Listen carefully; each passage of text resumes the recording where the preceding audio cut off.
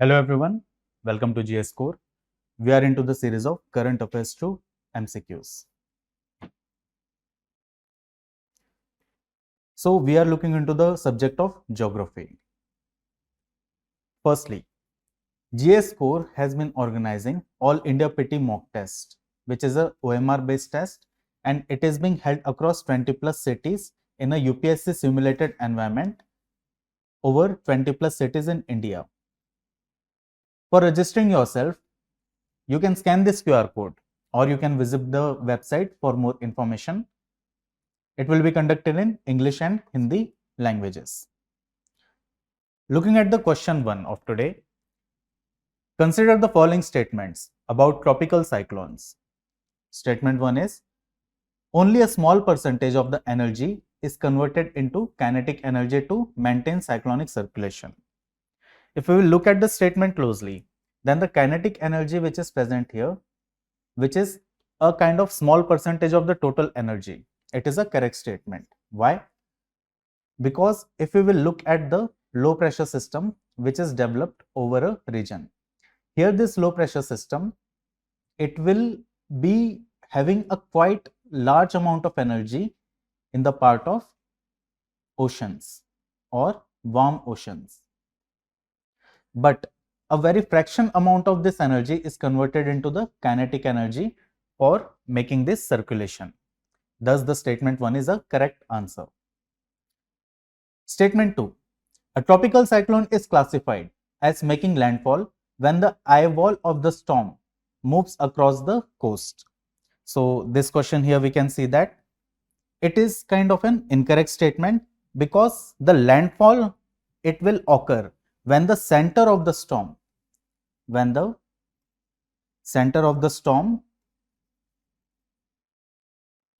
moves across the coast.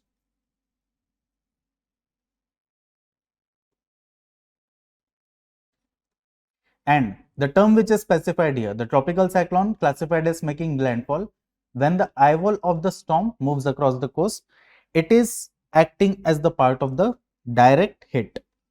This is also called as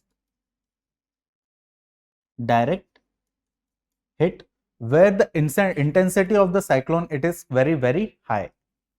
Statement 3. The tropical cyclones are called hurricanes over the Atlantic Ocean and typhoons over the Pacific Ocean. We have seen the different names of the cyclones which are being called as hurricanes over Atlantic Ocean and typhoons over the Pacific Ocean region, making the statement 3 as a correct statement. And the answer for this question is C, that is 1 and 3 only. Question 2. One of the deepest, largest gap in the ozone layer in Antarctic ozone hole has closed recently according to World Meteorological Organization. With respect to the above, consider the following statements. So here we are talking about the ozone hole which is occurring in the Antarctic region. So here in the atmosphere, there is an ozone hole is being created in the stratosphere.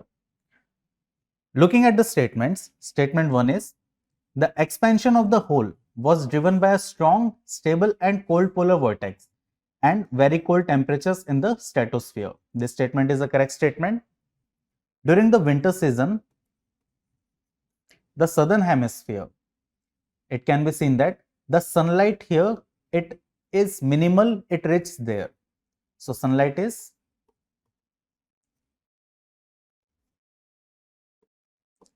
minimal.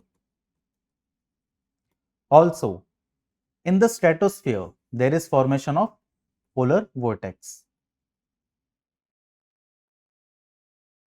This polar vortex, it restricts the mixing of the air which normally takes place during the summer season between the mid latitude part air and this polar air.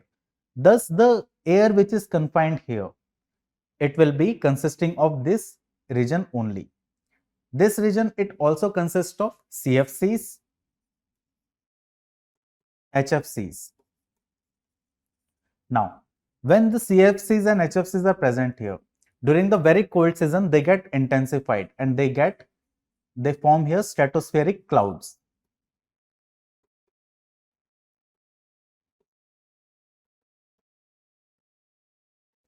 They form stratospheric clouds where the ozone is also present, the CFCs and HFCs are also present. As the early spring occurs, and there is increase in the sunlight in this region, there is a very rapid reaction of the breaking of this CFCs, HFCs occurs, where the chlorine, bromine, they are released into this stratospheric clouds, which then pulls up the chain reaction which destroys ozone. Okay, so this is a basic concept behind this breaking of the ozone. Now, statement 2. As the temperature highs up in the stratosphere starts to rise, ozone depletion slows, the polar vortex weakens and breaks down. What happens when the spring is past? When the spring season it is past, and here the lights are increasing, the sunlight is increasing, it will lead to the weakening of the polar vortex which has been formed here. The polar vortex, it starts to weakens. Because of the weakening of polar vortex, the air mixture from the mid latitudes, it increases. The intermixing of air is increasing, because of which there is depletion of, or the slowing of the ozone depletion. Thus, this statement also becomes a correct statement here. Statement 3. The Montreal Protocol on substances that deplete the ozone layer regulates production and consumption of ozone depleting substances.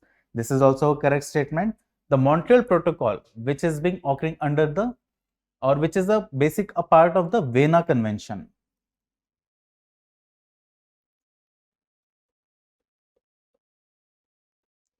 It puts restriction on the ozone depleting substances such as CFCs, HFCs, etc.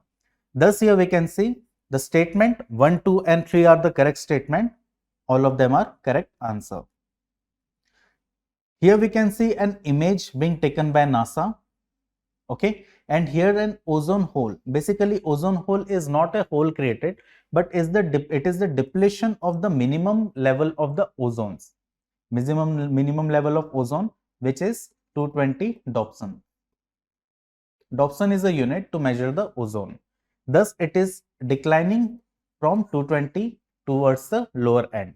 Thus, a kind of hole is created in this region, which results in the increased penetration of UV rays into the atmosphere.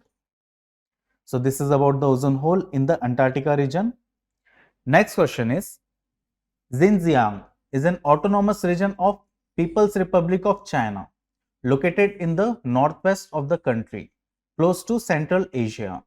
It borders with which of the following countries? So the countries are given here: India, Turkmenistan, Kazakhstan, Russia and Uzbekistan. So looking at the map for solving such question, this is the Xinjiang province present in the northwestern part of China, and here we can see it is bordering with Mongolia, Russia, Kazakhstan, Afghanistan and India.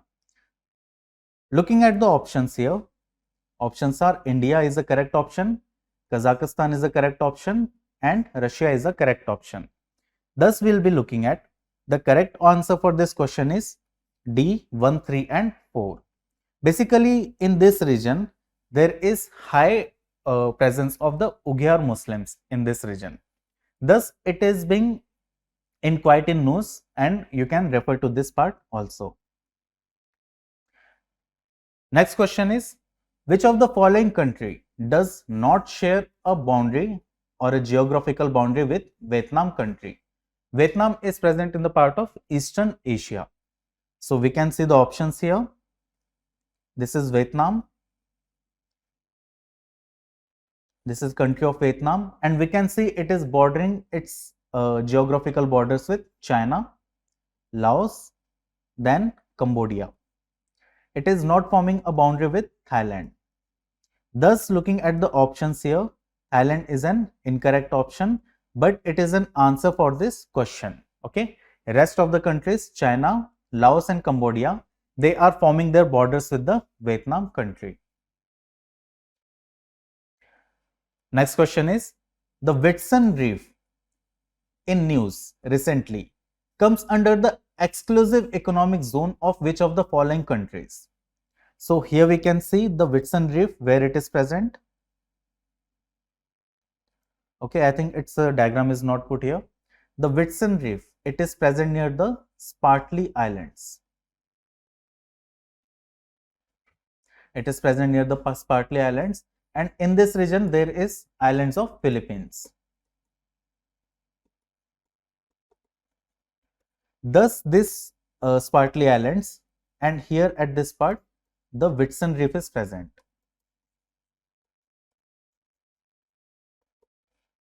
Okay.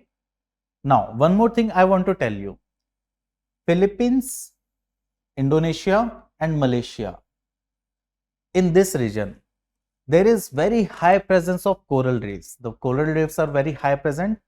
This is forming almost 33% of the total coral reefs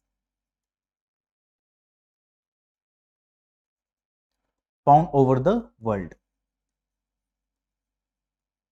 Thus this region is very important, and this region, because of the global warming,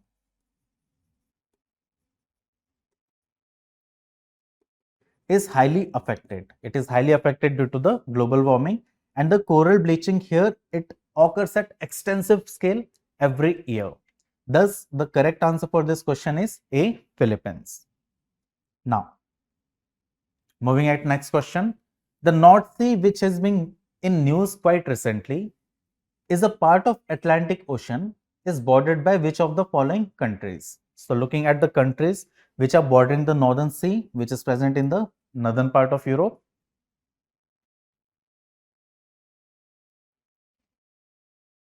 Okay, I think we have a diagram here. I can make that a new diagram. So this is Northern Sea. Okay, there is presence of North Sea, and it is bordering its borders with Netherlands. It is also sharing its border with Scotland. It is also sharing its border with Germany.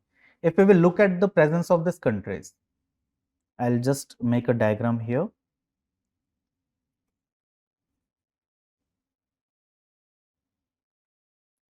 This is UK. This is a part of Europe. Here we have France. In this region we have Netherlands. In this region we have Germany. Okay, here we have Finland,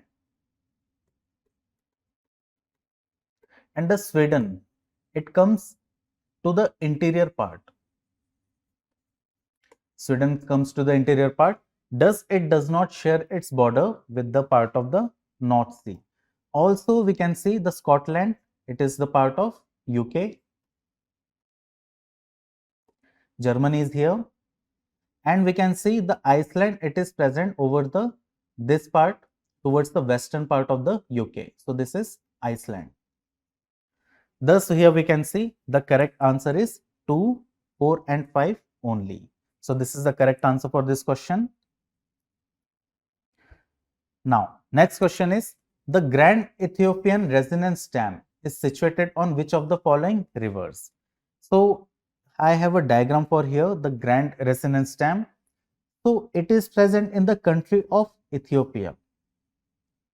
This is present here in the country of Ethiopia, and here we can see there is the movement of Blue Nile River. There is movement of Blue Nile River, and there is another river which is called as the White Nile. Okay, it is coming from the Uganda country, and they are confluencing into the country of Sudan. And from here, the river, that is the Nile, this river is formed here, and it is forming its delta in the northern part of Egypt on the Mediterranean Sea region. Thus here we can see that the Blue Nile is a correct answer for this question, which is formed on the Grand Ethiopian Renaissance Dam. Okay, next question here is, consider the following statements regarding the coal bed methane. Coal bed methane is basically there is a different strata layers they are present, and in the region where the coal is present, between these gaps, between the pores of this coal, there is presence of methane gas. Okay, there is presence of methane gas, thus it is called as the coal bed methane. Statement 1. The coal bed methane, like shale gas, is extracted directly from the rock that is the source of the gas. So here we can see that this is a correct option here, because we can see if we want to extract this gas, we can just drill down here and we can just take out the gas from this coal bed region. Statement 2. It is also called as sour gas because it contains heavy amount of hydrogen sulfide. Basically, this is an incorrect statement because the coal bed methane, they are the kind of sweet gas. They are classified under the sweet gas because there is an absence or very low amount of hydrogen sulfide is present in this gas.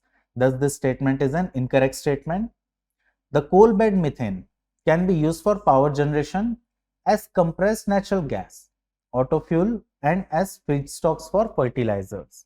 This is also a correct statement because methane is being used for majority of the purposes which is specified here, for the power generation, also for the part of as a fuel for the vehicles, and also as a feedstock for fertilizers. Thus, we can see the correct answer for this question is 1 and 3 only. Here we can see this is the coal bed methane and how the coal bed methane is being extracted directly from here. Now, next question is, consider the following statements. Statement 1. The local meteorological factors such as cyclones can influence the time of onset of monsoon. Recently, a phenomena has occurred last year where the cyclone in India, it helped in the formation of low pressure system,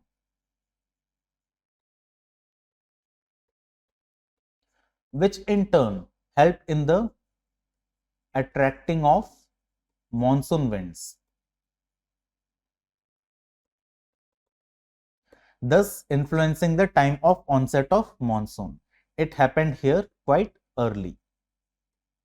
So this is how cyclones can also influence the onset of monsoon timings. Thus this statement is a correct statement. Statement 2. The time of monsoon onset over a region has no direct impact on the rainfall quantum received during the season. This is also a correct statement because the rainfall here, the monsoon timings, it is being delayed from 10 to 15 days in the current scenario. But the amount of rainfall,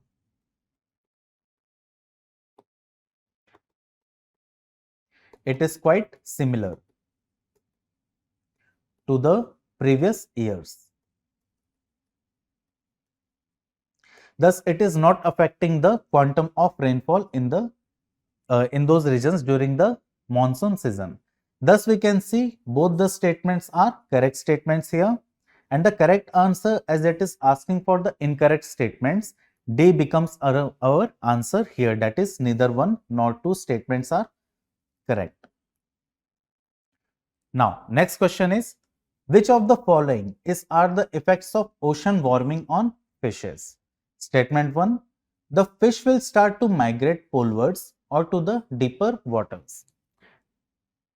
Here, the concept is lying underneath the warming of fishes. Okay, ocean warming and its effect on fishes. What happens? The tolerance level of fishes is very low. They are unable to bear a single degree rise in temperature.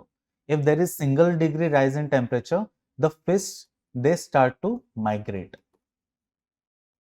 They start to migrate because of the low tolerance level. because of the low tolerance level, because of which either the fish will start moving polewards or they will start moving deeper into the waters. We can understand this by this diagram here. There is two data from 2004 and 2012. Here the Arctic fishes, they are found in this region. But because of the global warming, because of the warming happening in this region, these fishes, they are starting to migrate towards the poleward. They are starting to migrate towards poleward, and here we can see this migration, it is happening because of the warming of water or warming of the Arctic waters. The statement 1 is a correct statement. Statement 2. Some fishes will become smaller in size and not be able to move to better environments. Okay. This statement we can analyze through one experiment or study which occurred towards the previous part. This is the size of the fish and this is the warming. If we consider these two dimensions, then in the under the normal conditions, the fishes, they used to have a normal growth.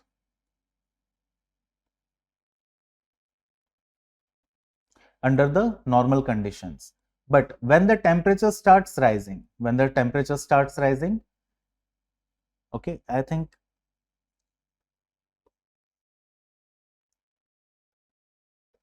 it can be understood here in this manner. When the temperature starts rising, the fishes, their sizes starts to become smaller. Their sizes start to become smaller, and their life also starts to become lesser. So this is under the warming conditions where the size of the fish, it is declining. The size of the fish is declining and also their age is declining, because of which we can see the sizes are getting smaller and they are not able to move to the better environmental conditions, and this is leading to the mass extinction of the fishes, which is occurring due to the global warming. So here we can see both statements 1 and 2 are the correct statements of this question. Okay, so done with the questions here. I will be reminding you about the initiative taken by GS Core for the All India PT mock test, which is basically an OMR based test happening in a UPSC simulated environment to give a real-time feeling of civil services preliminary examination. This test is being occurring at various schools, and these test centers are spread across India in more than 25 plus cities. You can register yourself by scanning this QR code, or you can visit this website for more information. Thus, we can see it is also occurring in English and Hindi medium. The next test is scheduled at 30th April and 10th May. The fees for this test, it is not very high, it is quite meager, and you can quite easily register to this test. So see you in the next lecture guys. Thank you very much.